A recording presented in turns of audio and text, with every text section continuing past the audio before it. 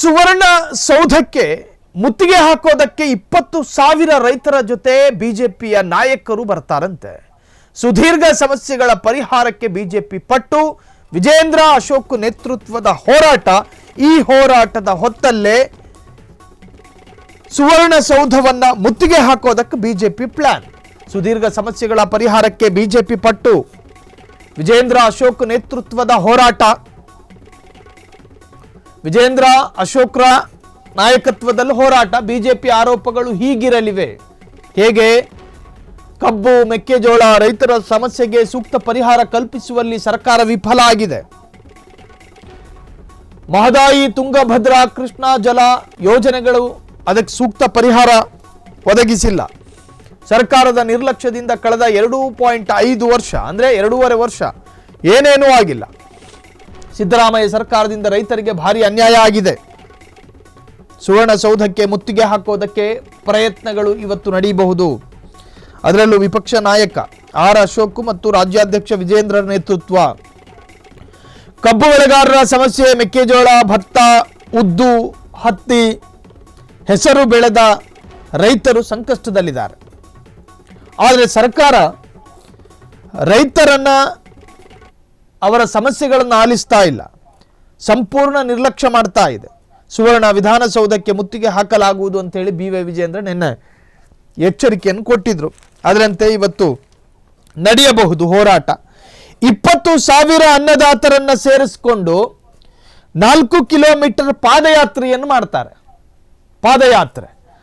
ಆ ಪಾದಯಾತ್ರೆಗೂ ಸಿದ್ಧತೆಗಳು ನಡೀತಿದೆ. ಪೊಲೀಸರಿಂದ ಇನ್ನೂ ಕೂಡ ಅನುಮತಿ ಸಿಕ್ಕಿಲ್ಲ.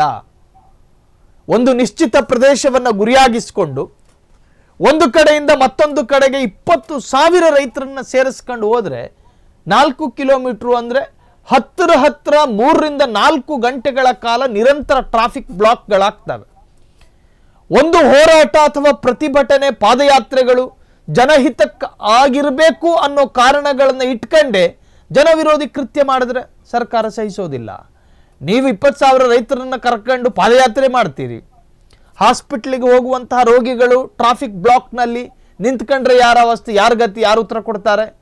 ಸಾಕಷ್ಟು ಯುವಕರು, ವಿದ್ಯಾರ್ಥಿಗಳು ಅವರು ಕೂಡ ಟ್ರಾಫಿಕ್ ಬ್ಲಾಕ್ನಲ್ಲಿ ಸಿಕ್ಕಿ ಹಾಕಿಕೊಳ್ಳೋ ಸಾಧ್ಯತೆಗಳಿರ್ತವೆ. ಇದರ ಆಧಾರದಲ್ಲಿ ಪೊಲೀಸರು ಅನುಮತಿ ಕೊಟ್ಟಿರೋದಿಲ್ಲ. ರೈತರ ಸಮಸ್ಯೆಗಳನ್ನು ಮುಂದಿಟ್ಟುಕೊಂಡು ರಾಜ್ಯ ಸರ್ಕಾರದ ವಿರುದ್ಧ ಬಿಜೆಪಿ ಮಂಗಳವಾರ ಬೃಹತ್ ಪ್ರತಿಭಟನಾ ಮೆರವಣಿಗೆ ಹಮ್ಮಿಕೊಂಡಿದೆ. ಇನ್ನು 20,000ಕ್ಕೂ ಹೆಚ್ಚು ರೈತರು ಪ್ರತಿಭಟನೆಯಲ್ಲಿ ಪಾಲ್ಗೊಳ್ಳಲಿದ್ದು, ಇದೇ ವೇಳೆ ಸುವರ್ಣಸೌಧಕ್ಕೆ ಮುತ್ತಿಗೆ ಹಾಕಲಾಗುವುದು ಎಂದು ಬಿಜೆಪಿ ನಾಯಕರು ಎಚ್ಚರಿಕೆಯನ್ನು ಕೂಡ ನೀಡಿದರು. ಇನ್ನು ಈ ಪ್ರತಿಭಟನಾ ಕಾರ್ಯಕ್ರಮದಲ್ಲಿ ಸಾಕಷ್ಟು ಅಹವಾಲುಗಳಿದ್ದಾವೆ. ಬಿಜೆಪಿಗರದ್ದು ಸಾಕಷ್ಟು ಅಹವಾಲುಗಳು.